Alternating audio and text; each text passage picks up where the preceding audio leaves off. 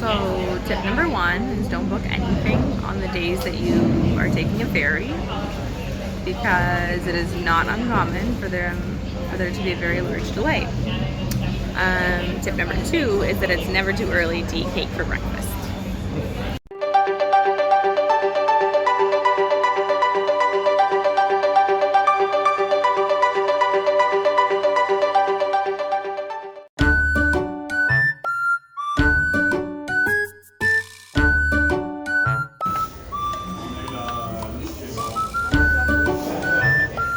Alright, so you're probably wondering what we're doing back at the airport. Well, rewind to, I think this morning, or last video, and then this morning, we got up at 6 a.m. to get on our 7:30 ferry and sat there for over 3 hours, I think. And finally at like 11 o'clock, despite it being bright blue skies where we are, they didn't even like announce that it was canceled. Dali had looked up and saw that they like put the boarding ramps back down, and we had a gut feeling. We were like, nope, that's it. So we rushed off the boat before the mass amount of people that also were going to be rushing off the boat. And we went over to talk to the ticket agent. They said the next ferry is literally tomorrow at 7:30. So we made a quick decision to look up flights. Luckily there was one flying out at 2:30, so we went ahead and booked that, rushed to grab a taxi and just book it to the airport, which is where we are now. There are so many thoughts going through my head, and I think I want to start with saying that like I am a huge advocate of having an emergency fund. Like no matter what trip you're planning, you should always have at least $1,000 like flex room that you can tap into for things should you deem them necessary. Sure, this technically isn't an emergency. Like we could have canceled our reservation in Santorini and stayed another night in Athens and then tried to get the ferry tomorrow. That being said, we know that the ferry was canceled yesterday, and we'd be relying on the ferry to not be canceled tomorrow, which it's an 8-hour journey by ferry, so it just didn't seem favorable or likely. So we went with this option. This money is going to end up coming out of our emergency $1,000 buffer. So when we do, like at the end of the trip, I'll do a whole budget video like I did for the Europe series, and you'll kind of see how that plays in to like the financial aspects. Besides the finances though, I have like so many feelings of gratitude right now. I'm grateful that like we did plan for that buffer room. It gives us the opportunity to even consider taking a flight so that we don't have to miss out on what we had planned for our trip. I'm grateful that I didn't book any like excursions or anything today. I'm super grateful that our host in Santorini is like incredibly understanding, and he's like rearranged our driver from the port to the airport now. There's just like so many things I'm grateful for. Like I'm grateful for the fact that it's not like stormy weather, which is why things were canceled. It's just like windy, so the boat doesn't want to like go that distance, I guess. I don't know, man.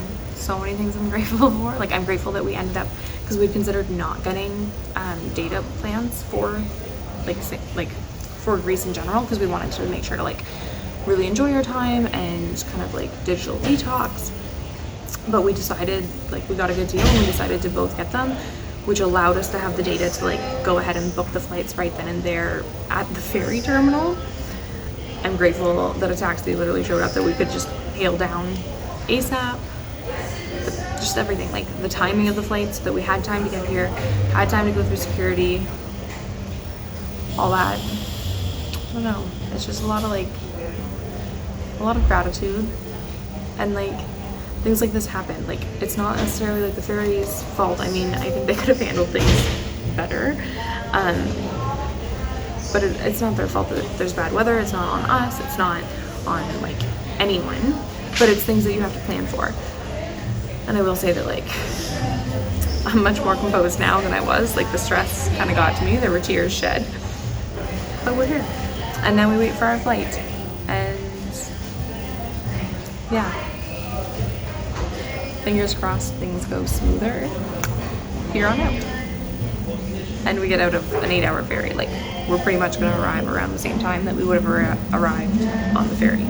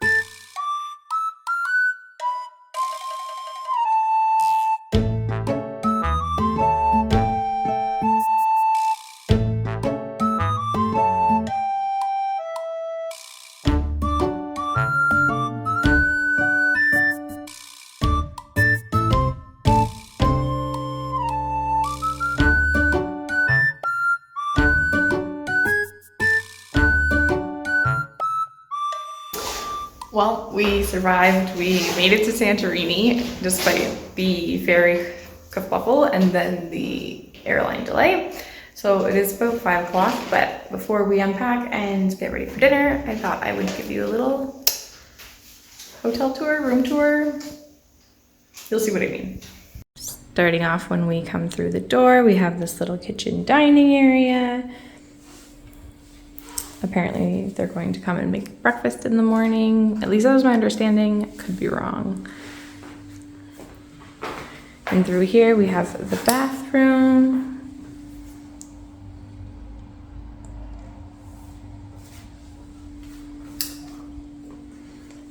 The bedroom.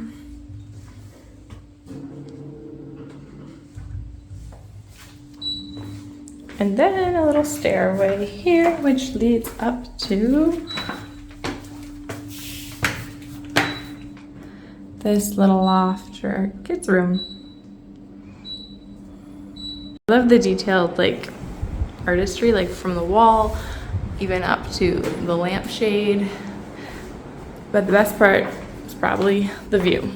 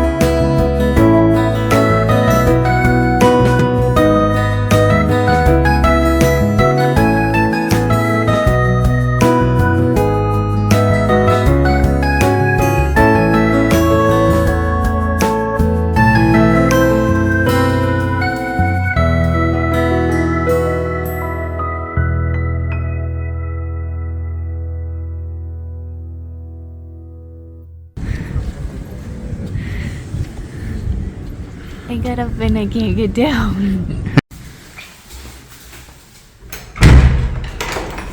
Our breakfast is ready. Looks so good. Do you want to eat outside? Okay, let's go get ready. Good morning, guys. We're on day 2 in Santorini. I don't know, so we got here yesterday, so technically that's our first morning waking up in Santorini, specifically just outside of Oia, which I feel like we need to get into a little more. There's this whole like misconception that all of Greece is this white and blue buildings and just, I don't know, you've seen those pictures of like the cliffside villages and it's all this beautiful white stone. There's this idea that like, because those are like the highlight reels of Greece, that you see that, and it's expected that that's like the whole country. And I feel like different islands have different things to offer. I also hope to show that like everyone everyone I've met so far that, like, before coming to Santorini, so in Athens, when we told them we were going to Santorini, it was always the same expression of like, oh my gosh, Santorini is so expensive, it's so expensive.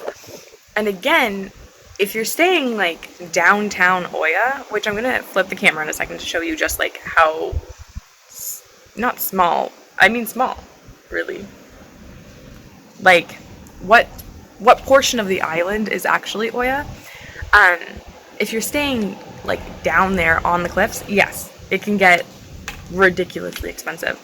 But we're 15-20 minute walk from that area, still just as beautiful if you saw the room tour yesterday, but much more affordable if you are staying, especially, I was telling Tally earlier this morning, so our place upstairs actually has 2 twin beds, so it would be perfect for a family. Again, you're a little out of the city. Where we went to eat was like a 5-minute walk, a lot of stairs, but a 5-minute walk, and even that, like, the food quality was amazing. It was pricier than where we went in like Athens, for example, but the prices still weren't anything like what you get in Oia. So just keep that in mind. If you do want to come to Santorini, there are ways to make it more affordable than the like luxury, expensive hotels that you'll see in Oia on the cliffside.